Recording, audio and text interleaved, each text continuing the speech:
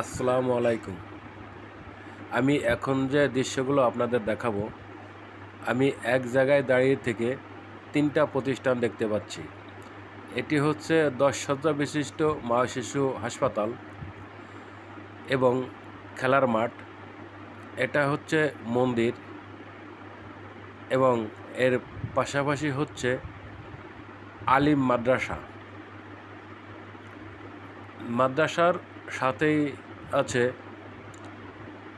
কৃষকের হাড়ভাঙ্গা খাটুনির সোনার ফসল, এক প্রাকৃতিক দৃশ্য। আসলে সুন্দর এই পরিবেশ, মনোমুগ্ধকর পরিবেশ দেখলে খুবই ভালো লাগে।